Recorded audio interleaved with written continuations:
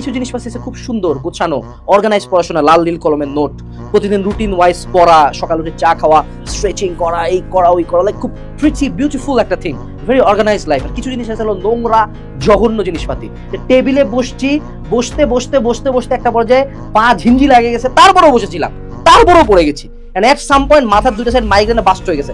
যখন মাইগ্রেন শুরু হয়েছে তারপর থেকে আরো 30 মিনিট পড়ছি, যখন মনে হচ্ছে যে না এবার যদি বসে থাকি মরে যেতে পারি, তখন উঠে শুয়ে পড়ছি।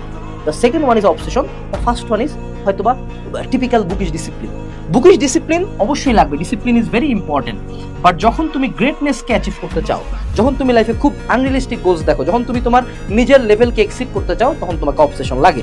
আমি তোমাকে অবসেশন আর বুকিশ কনসিস্টেন্সি ডিসিপ্লিনের মধ্যে একটু পার্থক্য দেখায়। ধরে নাও দুজন মানুষ ট্রেডমিলে উঠছে, ঠিক আছে, একজন শুরু থেকে খুব রিদম মেইনটেইন করে, মনে করো ম্যারাথন রানার ট্রেনিং করে গেছে, ওয়াকিং শুজ, হ্যান ত্যান, ও মাই গড, ফিটনেস ট্র্যাকার, পানির বটল, অনেক কিছু, হ্যাঁ। আরেকজন গেছে এত বড় একটা বোতলে চিনির পানি মিশায়, হ্যাঁ।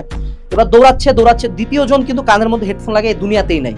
সো এখানে দুইটা ঘটনা ঘটবে। প্রথম জনও কিন্তু খুব রিল্যাক্স মুডে গেছে, সো দৌড়াবে, এট সাম পয়েন্ট এনার্জি ডিপ্লিট হবে, ও কিন্তু মেন্টালি সাইকো লেভেলে নাই ইন দা বাস্তবে।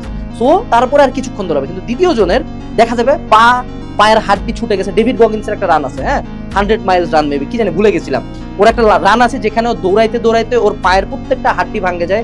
100 মাইলসের পরে পায়ের প্রত্যেকটা মেটাটার্সাল অস্থি ভাঙে যায়। এট সাম পয়েন্ট সে এমনই হাঁটে যে তার কিডনি নষ্ট হয়ে যায়, ব্লিডিং শুরু হয়, তারপরেও সে আরো 100 মাইল দৌড়ায়। So the second one is obsession. আমি বলতেছি না তুমি ডেভিড গগিন্স লেভেলের সাইকো হও, আমি ওইটা প্রমোট করতেছি না, বাট আমি তোমাকে দ্য মেন্টালিটি বুঝাচ্ছি। তুমি যদি অত এক্সট্রিম টার্গেট করো, তাও অ্যাটলিস্ট কাছাকাছি যেতে পারবা। সো তুমি তোমার লাইফে অবসেশন নিয়ে আসো, তোমার টার্গেট চান্স পাইতে হবে, তোমার টার্গেট আমাকে এটা পড়তেই হবে, আমাকে এটা কমপ্লিট করতে হবে।